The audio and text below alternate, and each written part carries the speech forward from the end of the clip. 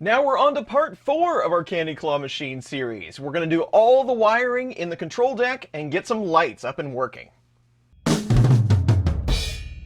Hello everyone, Chris here, and yes, we still have a lot of work to do, but today we're going to tackle all the wiring in the control deck to hook up both the buttons and the joystick. We have LED lights there and inside the machine to help you see what's going on. We're going to get all of that done today. Now, there's a few things to remember here, and the big one being the joystick. It is somewhat hard to get this style of joystick because it is analog. Analog works really well with Marlin and the board that we're using, ramps, and it is kind of fun to have that analog feature so you can go as fast or as slow as you want while you're trying to find exactly what you want to grab out of the machine. I'll show you how that joystick is set up more in the firmware video. Today we'll just be focused on getting everything wired and hooked up, ready to go. So let's jump into it. We got a lot of soldering to do. We got to put some crimps on, all kinds of fun stuff. So let's go. So today we're going to put together the controller deck, and there is a whole lot to all of this. I'm going to do my best to walk you through it slow, but we need a whole lot of different parts. The main one being an analog joystick. We're using analog because that's what Marlin and our controller board support directly. And it's pretty cool to have the analog control. You can go as fast or slow as you want with the machine. You need a couple of buttons. It really doesn't matter what you use. These go directly to the controller board. It just uses that custom button feature. So I'm using ones with lights, so it's a little more complicated, but you could use any style switch that you'd like, momentary. To make the install a little bit easier, I'm using these two wire blocks, just so that we can add some crimps onto our wires and tie them down here to make the install a lot neater. These will screw down to our controller deck. You're going to need a handful of blade connectors. The smaller ones are what fit in these blocks. All the links will be available, of course, but a dozen or so of those connectors. And then if you don't want to solder things, you're going to need some of these type. These will fit on the buttons. That's the connector they use. I like to solder a lot of this stuff and make it permanent because you can always remove the knobs to pull out all of this stuff. It will still be connected, but I just think it makes for a little easier install, maybe a little cleaner. Some of these like to dance around on those blades. They're not always very consistent. You'll see that as we build. I'm using a couple of these really small butt splices. These are for 26 to 24 gauge wire, but we're going to solder a pigtail on some of these lights and then crimp the other half to connect up to our stick and some of our buttons. Again, you'll see that as we build.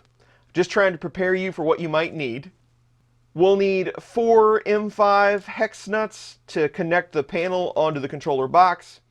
And then I'm going with 4 M5 nylock nuts to secure the joystick. 8 M5 by 10 millimeter screws in total. As I mentioned, we will be soldering today, so you'll need some soldering iron. I'm going to connect this all up with the same wire I used to run the controller up to the main board when we did that in the first part. I'm going to run the wire and try to match it up the best I can so it makes sense going back to the main board. And some DuPont connectors to put it all together. So let's jump in, get everything put on the controller, and then we'll figure out how all this gets hooked up.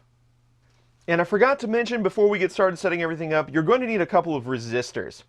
This is to allow the buttons to be consistent. We're going to add a pull-up resistor to both of them. Now these are 680 ohms. Pretty much anything over 300 ohms is going to work and do the same thing. But just keep in mind you're going to need a few. You'll see me solder these on here in a moment. The button will actually be triggered to ground that pin, but we're actually going to pull the pin up high so that the button function is more consistent. You'll see all that. So I like to just start by putting everything in the panel. I think the panel does a decent job at holding it all together, and then we can kind of work from there. So I'm going to go with my start button being blue. You can use whatever color you want. There's a lot of these available. Again, you can use whatever button you like. But this panel was designed for these, and you can just spin the LED off. These are different colored LEDs, but we'll set that aside, and then you can spin off this plastic nut and put them through. And then we'll just fasten them on in the back. And you can either put these in now or later. It just depends how you want to wire this all up. I usually just put them in and again let this plastic part hold it for me. And we'll do the same thing. I'm going with white for the claw button. These are just the ones I had left over from the other machine, so we want to use them. And then we can put our joystick in. Now, I like to put it with the potentiometer down, just so I know what orientation it's in. It doesn't really matter much. You can flip it in the code. That's just how I've been doing it. But you can just set it on the back. And then I'm using the corner holes to line up with our printed part. Again, M5, 10 millimeters will go through just fine. And then I'm going to put a nylock nut just to make sure it doesn't move around. So we'll do that to all 4 corners. So all of our controls are on. Now we can start to wire. And here's where I'm going to recommend that you start. Remember from the verse video, we have 6 wires going back to our controller board. This is for the joystick. We have a negative, a positive 5 volt, and for the buttons. Now I had to use 2 yellow wires, but you also remember one is dotted with a couple of black marks to signify that it's different from the other yellow wire. So we're going to do the same thing on the other side. This is going to be the female side of a 6-way DuPont connector, and then we're going to build the male side that's going to live inside the controller. These are 2 meters long going up to the controller, so you should have enough extra to get into the controller box. So on this side, I would suggest doing around 250 millimeter pieces. I'm going to do 6 just to match what we have on the machine already. So I'm going to go ahead and put DuPont connectors on these. It'll be male on this side so that we can mate up with the female on the machine. And if you've never done one of these, this is what it looks like. It works exactly the same way as the other type. Just load it in your crimper, and this 30 gauge silicone wire makes these go on really easy. Just don't push it in too far, just enough to get it into those second set of jaws. About right there, and then you can crimp it. There you go. That's a pretty good looking crimp. I'll just go ahead and do all the rest. Then we'll build the plugs. Now we can go ahead and build our 6-way plug. I'm going to have you wire these a certain way just so we can keep track together. And you can use my super awesome Google drawing diagram. It's not great, but it's something. At least this way we'll all be on the same page. Since you can flip these over, it really doesn't matter left to right. But our first pin will be positive, so we're going to use our red wire. And then the second pin, we'll go with the black wire for negative. Next, I'm going to go with the yellow and black wire that we created. We're going to use this for the Y axis of our joystick. Next is going to be your green wire. We're going to use this for X. And then the yellow wire will be next. This will be for your claw button. And then the blue wire will be for your start button. And it's going to be exactly the same on the machine side. And you should be all set as long as they're in the same order. Red, black, yellow and black, green, yellow, and blue. And just to make sure you have good solid crimps, you can go ahead and fit the 2 together. If not, you might want to go back and re-crimp them. If you've got one that's a little too tight, maybe it got pinched too much. But this looks good. So now we can go back to building the controller. So back to the other side, we're going to go ahead and strip all of these. I'm going to tin everything that has to do with a button. The rest of them will get crimped. So power and negative will get crimped into the power block. And then black and yellow and green will get crimped onto the joystick. So really the only ones that we're going to solder are the blue and straight yellow ones. So we'll tin those. Now I'm going to do my best to try to lay this out where it makes sense. We have a power block here that we're going to put our crimp downs on. We've got one for negative, one for positive 5 volt. Now your lights here, your positive and negative are these outside leads, but it doesn't really matter which one you use, because if you get them swapped, all you do is pull this off and then lift the LED out, rotate it 180, and then that will correct it. But for the video, I'm going to say that the red side of the switch is positive, other side is negative. Now we've got a lot of connections here that we need to terminate, so I'm using these blocks to make it as neat as possible.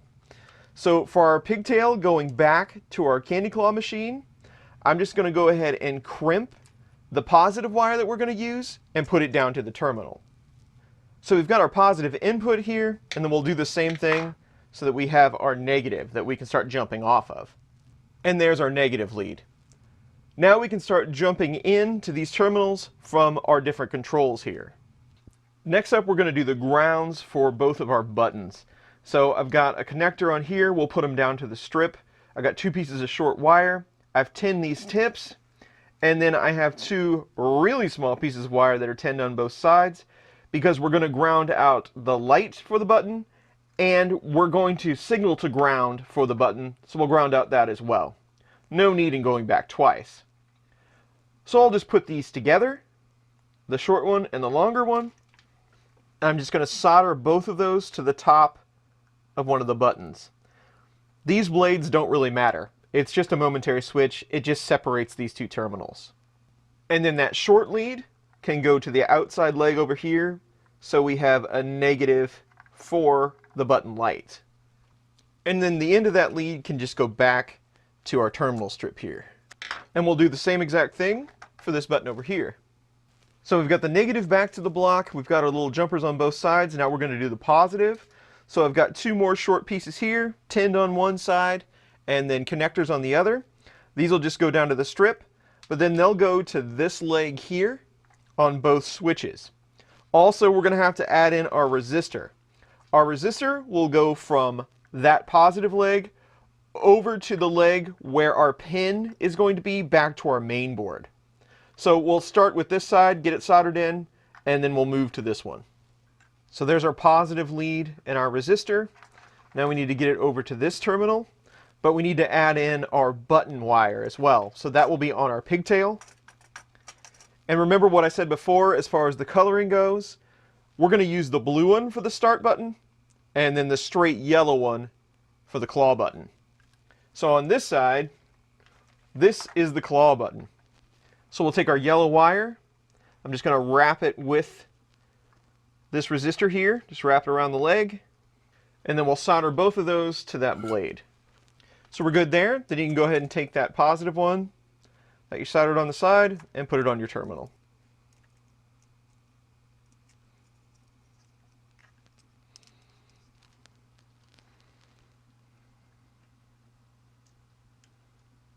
Same way with our start button. We're going to solder on our power lead and our resistor to this blade over here. And then our pin and resistor to this front blade. Our start switch is our blue wire. And now that that one's done, again, go ahead, put it on your positive wire block. Now we just have the joystick to deal with. Now the joystick is probably going to come with some JST style connectors. We're just going to cut those off and actually splice this in, or crimp another connector on it. You might have one that has the red and black. This is a breakout for one of the potentiometers. You should not need this. I'm just going to leave that connector on. Everything you need should be in this 4-wire. You have positive, negative, X, and Y. And then this one that has yellow and red, that's the light for the joystick. So you can just hook this up to positive and negative to get that light to come on. So I'm going to go ahead and cut these JST connectors off of the one for the light and the 4 for the main joystick. And I'll strip those so we can get them ready to either solder or put a connector on. Now the yellow one on both the joystick side and the LED side for the joystick, those are both positive. And since we have exactly the right number of terminals, I'm going to go ahead and put a connector on here and just take them down to the terminal strip. So there we go, positive for joystick and for the LED on it. So we're done with all the positive leads. You can go ahead and put your cover on there if you'd like. We will have to screw this down, but if you want to do some testing, this would protect it. Now we'll move on to the negative side. On the LED, the negative wire is red. On the joystick, it is black. So you can go ahead and put those down to your terminal strip. So the only 2 wires we have to deal with now are our yellow and black and our green. This is for X and Y to hook them up to the joystick. And we're just going to use 2 really small butt splices here. So on the joystick side, the red one is X, and we're using the green wire for X. So we'll just put those together. There's the green on red. All of these connectors are a little small for this 30 gauge wire. You can make it work. It's just hard to get ones that are smaller than this. Just make sure they're nice and tight after you crimp them. And then we'll put our yellow and black and white wires together for the Y direction. And then there's our Y wire. Now I know this looks like a mess, but it is complete. These are all the connections that you're going to need. But let's get it into the controller box. It'll look a lot better after all this is covered up. So we have our controller box here. You can mount those wire blocks down to the back of this. You could also use some double-sided tape if you wanted to. But I'm going to use M4 by 20mm screws to go through the back, and these will hold that M4 nut. The power blocks, I wish they were M3 so I could have used something a little bit more standard, but I went with M4. So those will just attach on the inside. I'm going to put the negative down here in these bottom two, and then we can put the positive one down here. I just left enough room in between them both so you can put the connectors in the middle. Just in case they were to touch on anything, this should keep them out of the way. Now you can go ahead and put your plate on here. It doesn't matter where these connections go, remember, they're going to be all the same. All positive, all negative. And we have our M5 nuts to keep that cover on. They're just going to slide in from the side over here in these holders. One for each corner. And your cover should just fit. You've got your M5 by 10mm screws. If you want to take a look at the back, here's everything installed. We can go ahead and put those protectors on our blocks just to be safe. And again, it's a little messy, but you should have seen the first version. This is much cleaner. And from there, your wire harness here, it's going to meet up with that hole, but no worries, you have extra slack on the one that's on the machine. You'll just snake it through, connect it up, and you'll be good to go. I left the bottom open, so you wouldn't necessarily have to take the cover off to connect everything back up. It's just a little easier that way. And for the final touch, at least with this joystick, you have a nice ball and cover that helps those LEDs shine through. Ready to go. And when you're ready to put it on the machine, you might want to put a little bit more slack on these wires here, but you should be able to get it to the wire hole, and then you can just plug it in. Just remember the coloring we use to line these up. And then you can pull the excess through whichever side you wish. I usually just pull it into the controller box, just to make sure that everything lines up. And then just mind your wires, but this whole thing will slide down over this peg. That satisfying 3D printed sound. And there's your controller deck. And while we're already doing some soldering, let's go ahead and knock our LEDs out of the way here. You have an LED strip on all four corners, the vertical posts in the machine, to provide lots of light. And then I put some LEDs on the top of the marquee here. This fits on the top of the machine, so it's nice and lit up. But we're just going to measure out our LED strip long enough to fit all four of these and our top light, and then we'll solder them all together. This is just regular indoor LED light strip. You can get as fancy with this as you want to. I just bought the white ones because it adds lots of light inside the machine. These are the kind that are really easy to cut down. They're pretty versatile, but for these strips, this is about 540 millimeters. I suggest you just print one of these, or if you're going to have to split these in two, print both pieces and just kind of hold up how much you want. But I like it to be soldered right at the top of the strip, so the strip's fully connected. So we'll need 4 at around 540, and then the top bar piece here, it's going to fit down in these printed parts. It's right at 500. So get those cut down. And to give you an idea of how this is going to go on the claw machine, your power supply is going to be over here on the side. They're going to connect directly to 12 volt. All of this is 12 volt, by the way, if I haven't said that before. But it's going to plug directly in there, and then you're going to have a wire that routes to one LED strip, and then you're going to hop to the next one over here, then the next one over here, then the next one over here, and then hop to the top bar. So we're going to wire them all in succession through here just to make the wires long enough. Now, you might want to go ahead and put your plastic part up here just to judge how far those wires are going to be. I just add a little extra because I tuck the extra wire up in this channel. I use those 3D printed parts to keep it safe. So we'll take a guesstimate. I'll try to give you some measurements that are going to work, but you might want to mock it up just a little bit before you go soldering and cutting some wires. So just mocking it up, it looks like 600 millimeters is more than enough to get you from strip to strip to be able to wire this up. So I'm going to use yellow and green here because I have a lot of extra yellow and green. And this is 24 gauge wire. You can use pretty much anything you have on hand. If you have that red and black wire that's connected together, that'd be even better. So you're going to need 4 sets of these. So those are 600, and there's our 4 sets of 600. So this is to get you across the top member. So LED strip across, down to another one, then down to another one, and then you'll have one length to get you out the back. So off that first LED strip, through the acrylic, down to the power supply. You'll probably cut this last one down a bit, but I'm trying to keep it just a little bit standard. Now you'll also need one set to get you from the final LED strip over to the light bar on top, but it can be much shorter. It's not a very far distance. So I'm going to say, I'm going to make one set 300, and then we can probably trim just a little bit off if we need to. Plus there's lots of room right there in that top bar that we can hide wire. So we'll make 4 sets of 600, 1 set of 300. Once you have all 5 sets cut, then you'll need to strip a little bit off of each end, and I recommend you tin all of them. Then we'll go put some solder on all of our LED strips. So I've got all of the ends of the wires tinned. Now we need to go ahead and load up all these strips with some solder. You just need to do one end on all of these. The other end's going to be down in the plastic part, so it doesn't need solder.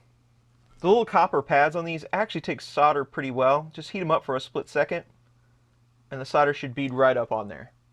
After you have all the solder on your lights, I would start with a short section. This is the 500mm one that will go in the top bar. These are the 300mm wires that we cut for them. Remember, I'm using green and yellow. You can use whatever color you want, but let's go with negative for green here. And then we can put our yellow on the positive side. Now with these short wires, you're going to connect to the next LED section, a longer piece that goes down in one of those 3D printed holders. But those are also going to go with 2 of the longer pieces of wire, so that you can jump to the next LED section. So we'll solder that short piece of wire to our short LED strip, and a longer section to the next longer piece of LED. And there's one set complete. Not the best soldering job in the world. I never claimed to be an expert, but then we just move to the next LED strip. So we're just going to hop down the line. And just to quickly run back through so everybody understands, we have our shorter section that's going to go in our top bar. This is where it ends, basically. That runs to one of the longer sections, and then we hop over to another longer section. There's 4 of those. 2, 3, and then 4. And then finally you have a pigtail on the end here that's going to go out to your power supply to power this up. Again, 12 volt. Now you can feed all of these longer sections into your 3D printed parts. This will help deflect them into the center of the machine, and then you can screw these down to the extrusions. You're going to need some T-nuts, and I've designed them to use M5 by 10mm screws. Do be careful when you're feeding this in. There are lefts and rights, so they're not all the same. But the only difference is which way the tabs face. So these are your lefts, these are your rights. I like to put the tabs so that they're facing on the inside of the extrusion. So the left side of the machine, I like it to go like this, on the right face of the extrusion. So this goes on a right face, this goes on a left face. I'll show you that in just a second. Hopefully it makes a little more sense. But that is going to make a difference on which one you put in. So what I'm going to call the first one, the one that has the pigtail that goes out to the power supply, for me, that's going to be on one of these that goes on the right side of an extrusion. So mind your mounting holes. And when you slide these in, do be careful. Depending on how you printed them, sometimes there can be slivers in here and they're very sharp.